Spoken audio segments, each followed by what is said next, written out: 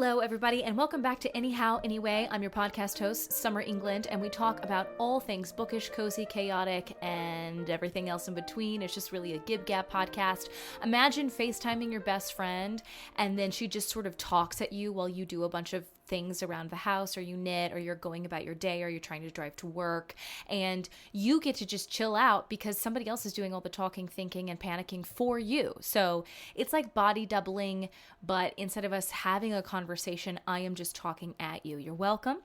It's basically a meditation. Anyhow, I'm coming at you live, and honestly, it's the Christmas season, okay? Christmas time is here. Blah, blah, blah, blah, blah, blah, blah, blah, blah, blah. All right, is that bit going on for too long? Is it? You're not here to tell me either way, so I'm going to take a hint from the silent room and say that I was going on for too long. But anyhow, so Christmas and I have a very complicated relationship. It's basically like an off and on again, really toxic partnership that I go back to, but I know it's bad. It's not even, hey, I'm going to go back to this and we're going to see if there's something new here. I'm like, no, I know I don't like this at all. I've never liked this. And I think it's because I grew up in a fundamentalist household. And if you want to hear more about that, then scroll back a few episodes because I talk about all things deconstructing from an extremely high control religion. I would say that's not the funniest podcast I've ever put out there, but it is an episode that exists. Can I speak into the microphone? That is an episode that exists. Anyhow, anyway. So Christmas in my household was sort of like a really great iteration of what it felt like growing up in general, of we have all these once hopes, dreams, and no one's going to go through with them. And so I think that's why I'm a perpetual self-starter, and anything I begin, I absolutely have to end every single time. It doesn't matter. I am ADHD. Every hobby I pick up, I will see through to a monetized end. I picked up watercoloring in order to combat my perfectionism, and when my other job shut down back in 2021 when we were coming out of COVID and a bunch of drama happened at my local theater, maybe that's a Spill the Tea episode and another thing. Anyhow, I started watercolor to combat my perfectionism and anxiety, monetized it. Okay? I started knitting because I was just seeing this guy who was a hottie who used to make my sandwiches, right? And we saw each other for not that long, but I went to his family's house for Thanksgiving one year because in my co-parenting situation, I have my kid every other year for Thanksgiving, and that year I didn't have him. So I go to his family's Thanksgiving. First off, they have salmon and rice because she's an almond mom, and I think, oh my God, this is the worst case scenario. And so we have a really sad dinner. He falls asleep and stays asleep for 8 hours. It's the beginning of the day. And his mother, who takes pity on me, says, do you want to learn how to knit? And so that woman sat beside me and she taught me how to knit in the most almond mom way. And I picked that up because I was like, this is something to do with my hands. This is another thing I can combat perfectionism and anxiety. And there's like a product at the end. Monetized it. That one isn't as monetized as my watercolors, but people do purchase scarves for me, specifically chaos scarves. Now, for the most part, I just make chaos scarves for the people that I love most in the world. If I've made you a scarf, I love you very, very, very, very dearly.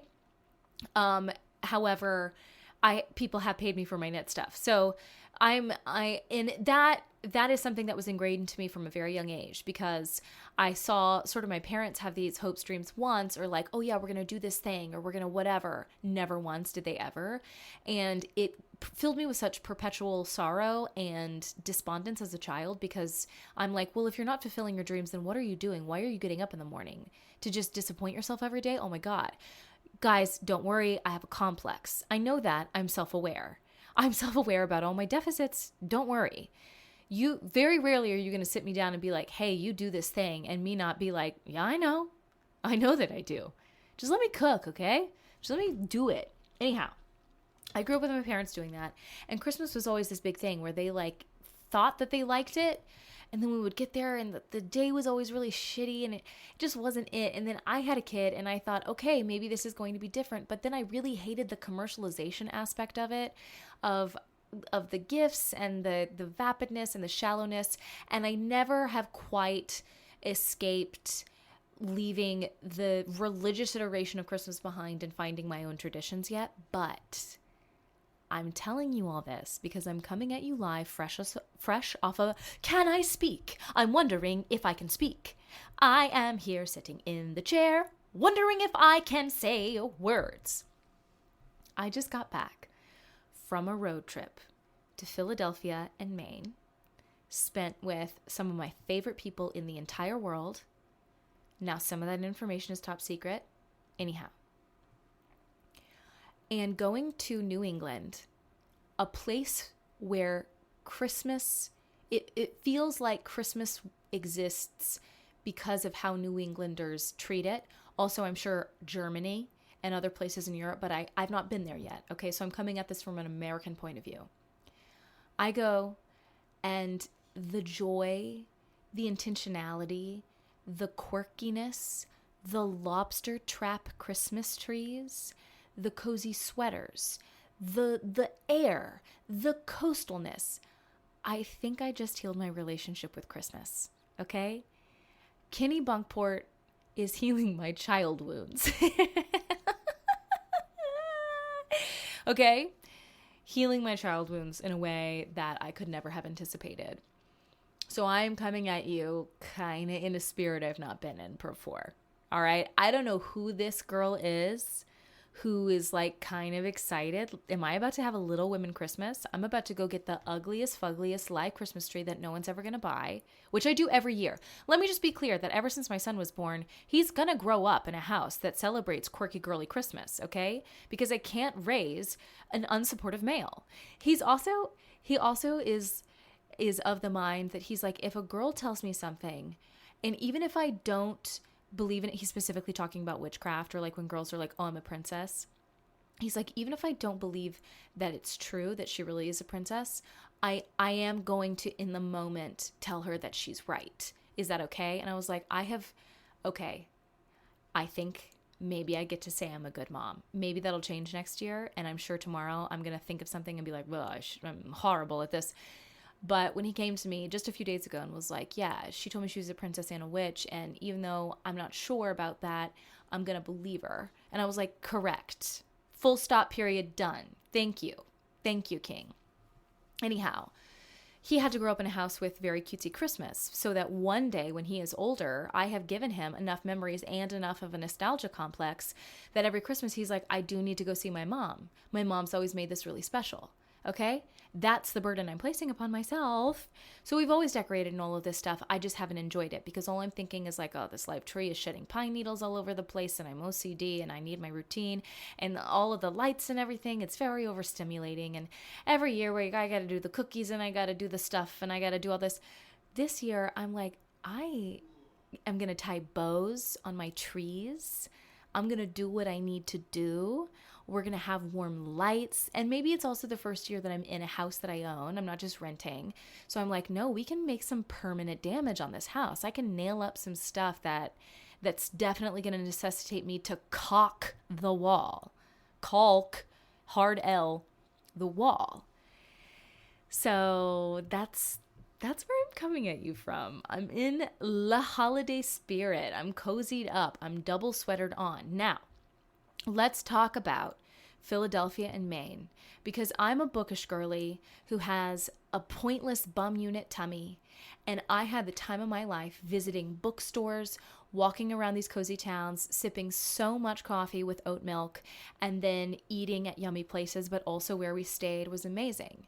And so I'm going to tell you every detail because this is a friendship podcast. This is a Gib Gap podcast. This is the bookish. This is the writing. This is the everything in between. And let me just tell you right now, before you say, what about your writing routine? What'd you do? Queen, I'm taking notes. Okay, you think I went to Maine in the winter, not thinking, hey, this is where I'm going to be setting at least a scene, if not an entire novel/novella.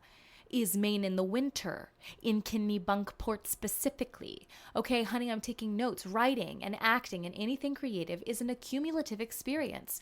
I believe that going to an art museum is just as important as taking an acting class because you are living life. And creating is just doing life all over again and over again, and creating it and renewing it and drawing from your experiences and imagining what it's like in somebody else's shoes and in different places and in different experiences. And so, honey, this is research, okay? This is field study for future books, because I'm obsessed with Philadelphia. Okay, that was our first stop. We road trip up, okay? Road trip in my little Kia Soul to Philadelphia, halfway. Get there. We go to the Guild House Hotel. This place is a piece of history. This place is sensational, gorgeous. You can check out my social media for what the room looked like. But it is literally a piece of history in the heart of Philadelphia. I feel like I am sleeping in the heart of the city. Gorgeous. 4-poster bed. Hello. Fireplace. Hello. Okay. Painted navy blue. Obsessed. I'm absolutely obsessed. Sparkling water on tap. Okay, Philadelphia already has me. We go to PS & Co., which is, I believe, short for Pure Sweets & Co. And this is for my allergy people. Here are my allergies: gluten, dairy, soy, peanuts, almonds, eggs, and lamb. And I am in and out of doing red meat. I'm not necessarily allergic to it. It's just something, because I have inflammatory issues and autoimmune issues. Sometimes red meat can cause other parts of my body to be inflamed, which will attack things, and blah, blah, blah, blah, blah, blah, blah, blah, blah. I have a laundry list of allergies. It's hard for me almost across the board to travel, because having that many food allergies and having celiac to the extent that I have it is technically a disability, because like sometimes you go somewhere, and I've had this experience before, you're not going to eat that day unless you have prepped, unless you have brought, like I have to go with a medical card to the airport because of the food that I have to pack. Anyhow, we go to Pure Sweets & Co. Let me tell you right now, coffee is disgusting. Coffee is shit. It's pre-made like coffee. The issue is that it's really expensive. So the person I'm with has the world's worst matcha, and then I have a disgusting iced coffee. Disgusting. And I was a barista. I am not snobbish for coffee, but I am like, okay, if you're going to make me pay $7.50 for an iced coffee, it better be delicious. It was not. It was not at all. So it was kind of fussy, but then I had an allergen-friendly bagel with cream cheese, and I'm going to be going back to PS & Co. I'm going to be going back to PS & Co., and I will forgive them. I will just do not get coffee there. How about that? Maybe their normal cup of joe is fine. I wouldn't say that it is. I think it's extremely overpriced, and like, honestly, they should be a little bit ashamed. No tea, no shade, because their baked goods are amazing. The coffee is horrible. However, the bagel, I had a sesame bagel with vegan cream cheese. Baby, I housed that. Then I had a pumpkin tart and a passion fruit tart, all allergen friendly. All allergen friendly. Okay, that's a big deal. All right, we walk around some more. We go to Philadelphia's Magic Gardens, which is a beautiful art installation. It's so gorgeous. It's so sensational. We walk around some more. We end up in Reading Terminal, which is like an indoor food market. It is kinetic, exciting. I am obsessed with that place.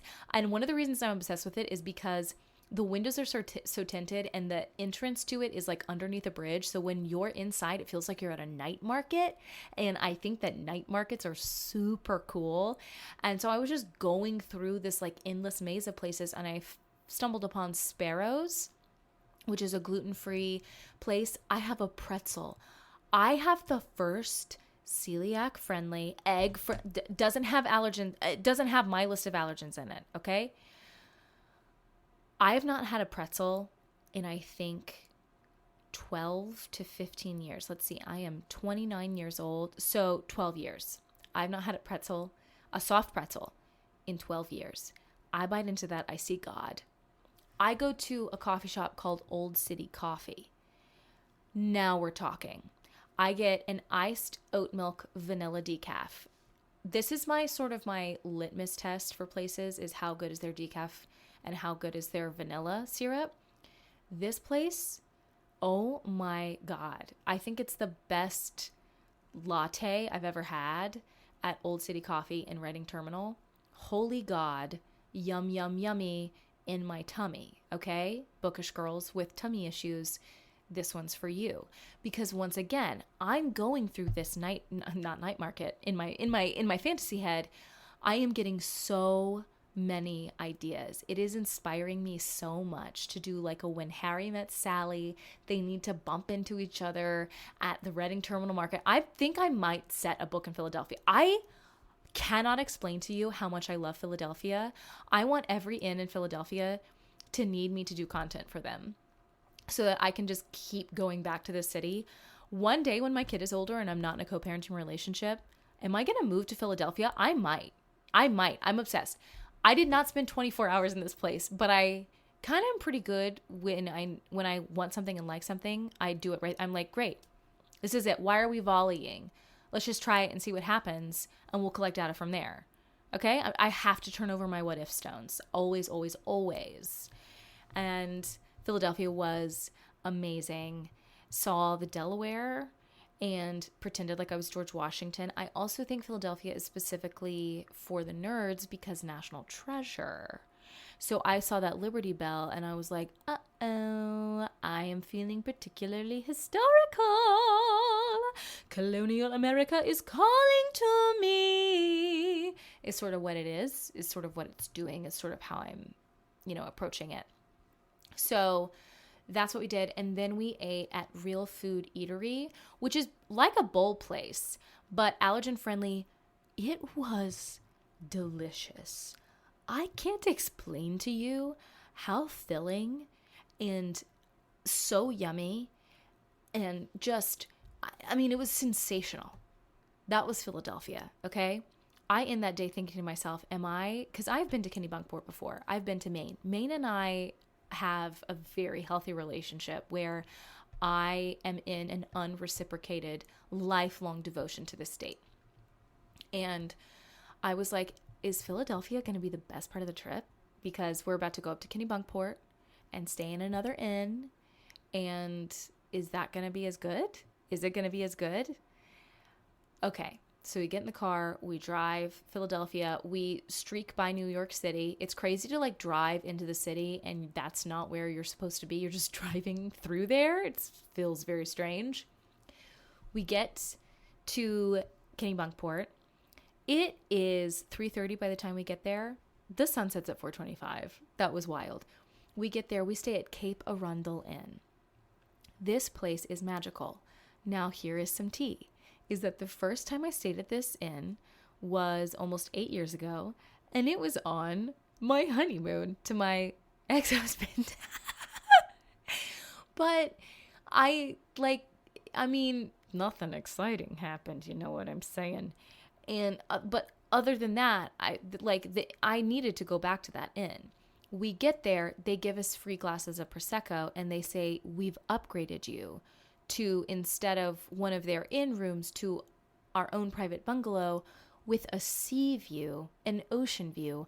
I walk in, I drop trow, I'm freaking out. It is gorgeous. The view of the ocean in Kennebunkport at Cape Arundel Inn specifically, oh my God. It is otherworldly how beautiful this inn is and where it's at. And they give you bikes. And so we just biked in to downtown historical Kennebunkport. Are you kidding me, guys? This is cannon fodder for the next great American romance novel. All right. It's going to be me. Summer England. Anyhow. So that's what we did. Oh, I also forgot to mention that I did go into a bookshop in Philadelphia, but I don't necessarily remember what it was called, damn it. Because the bookshop in Philadelphia was really nice because it was a secondhand bookshop, but it was very organized, and all of the authors, it was alphabetical by author, and so I was able to find stuff, because sometimes you go into a secondhand bookstore and it's just haphazard, and I like the chaos in there, but I'm not going to find a book in there, and I'm not interested at that point because everything's too overstimulating, and now I'm grumpy. Anyhow, I don't remember what that book place was called, but it was awesome. Back to Kennebunkport. We get there. Oh my God, gorgeous. Have Prosecco. They have free Prosecco, more Prosecco for us in the room. They have macarons. We have our own espresso machine.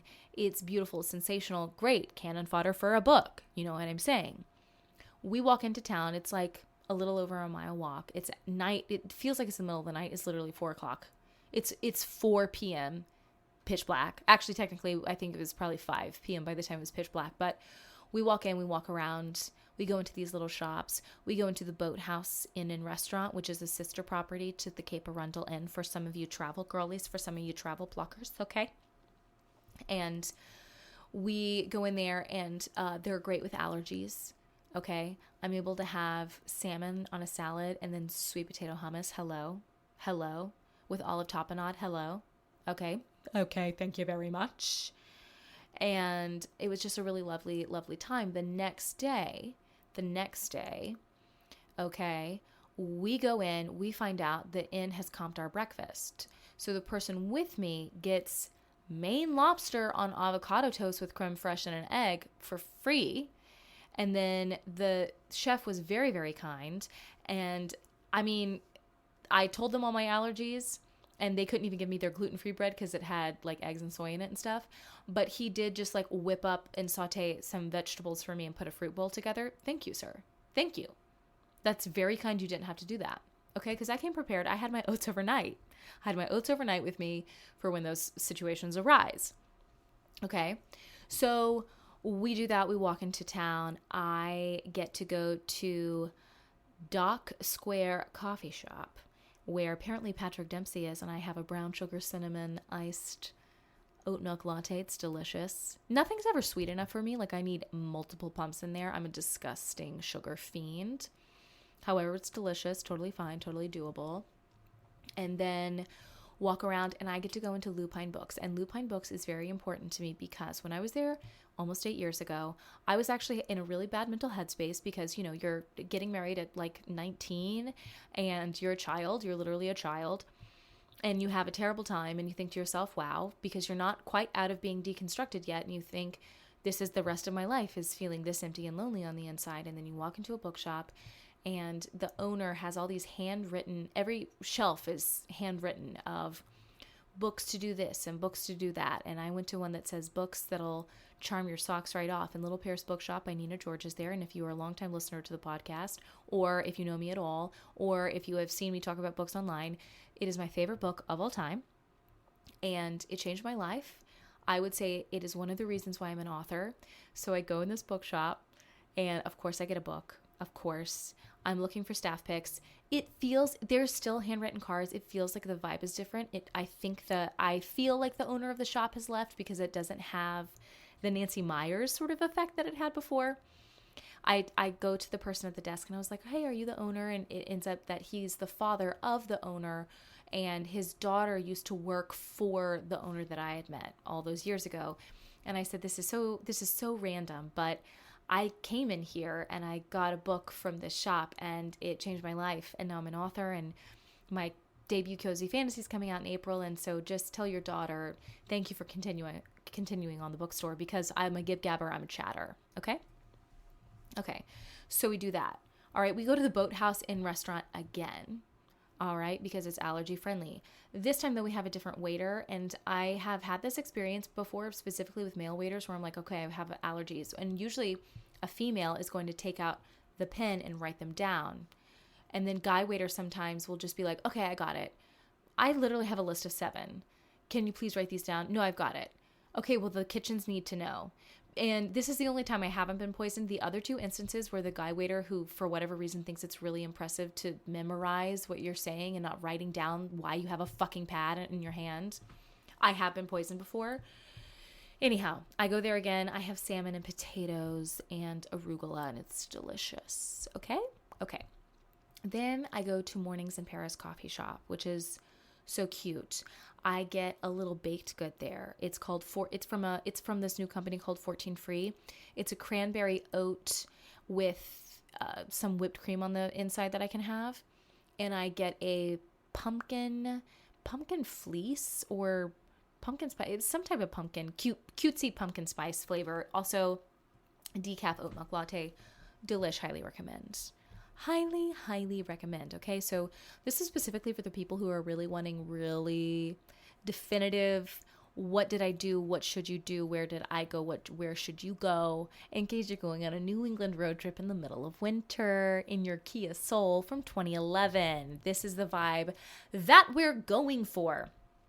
Anyhow, that was delicious. Then we go into Portland, Maine to see a dear friend that I met in Croatia with Trova Trip, which, speaking of, I have 2 Trova trips next year, 2026. Both are in Ireland. The one in August is almost filled up, and we are doing cozy adventures in Ireland with Summer England. Yes, indeed. We're doing a book lover's guide to Dublin in that trip. And then in October, fall, that one has a lot of spots left, and it still has discounts left. That is a cozy autumn in Ireland with Summer England. Ha ha ha ha ha. And we are doing a knit lover's guide to Dublin in that one. You don't have to be a writer, reader, or knitter to attend any of these trips. You do just have to be game for adventure. And if you want someone to teach you how to knit, I will be that person for you. Okay? Okay, anyway, back to it. I see my lovely, lovely, lovely person from Croatia, and she shows us around Portland, Maine. And Portland, Maine, I'm obsessed with. And I go to a place called Maine Flavors, which has allergen-friendly ice cream. And I proceed to have wild Maine blueberry ice cream in a cone and lose my goddamn mind. It is the best ice cream I've ever had. I will never forget that moment of that trip, because, oh my God, is anything better than that? No, it's not. It's actually not. It was sensational, terrific, 98 out of 10 experience. Yeah, I'm never going to experience a high like that ever again. So that's what we did. We went into a bookshop called The Green Hand, which is a secondhand bookshop, but also new releases. And then I also went into a romance bookstore called Grump and Sunshine in Portland, and I highly recommend going into those. So that is what I did. Okay. And I picked up books from those places. And so I picked up Atomic Noodle by Annalee Newitz. Let me double check that last name. Annalee Newitz. Newitz. I don't know. Anyhow, that's what we're working with. That is what we're working with. And it was so sensational. That trip healed a lot of parts of me in a lot of different ways. And I am obsessed with New England. I want to move to Philadelphia. I'm not joking. I love Philadelphia, but also I'd move to Portland, Maine. I know the winters are really bad, and my name is Summer, and I get seasonal depression, but I get seasonal depression every season. So it's just like, go for it, you know? And that's where I'm coming at you from. So if you are an allergen person or a bookish person, or you're a writer and you're like, I really need to get out, but you don't necessarily have a writer's retreat, but you would like to do something, I highly recommend either staying at the Guild House Inn in Philadelphia, because I think it would be a really cool place to write and to just get inspiration and be inspired, like not only in the city, but also where you're sleeping. And the same thing with Cape Arundel. I mean, Cape Arundel is a writer's dream simply because of the views. The views, the atmosphere, the place is just so beautiful. And if you need a weekend to yourself, I would highly recommend both of those places. And in the off season, it's like not horrible in regards to price, because like writers retreats aren't cheap either. So I would say treat yourself, or come to Ireland with me and we can talk about all things fantasy. My Cozy Fantasy will be out by then. Pre-order. The pre-order links are there. The Impossible Garden of Clara Thorne, about a magicless witch who gets sent on an adventure to grow a magical garden with her just too sunshiny, too sexy goddess-given protector. It's sapphic, it's queer. Hello, hi. Anyway, that's kind of what I've got for you all today, because this is a cozy podcast that's suddenly travel recommendations. I don't know. Now, speaking of travel recommendations, we need to be talking about children's literature, okay?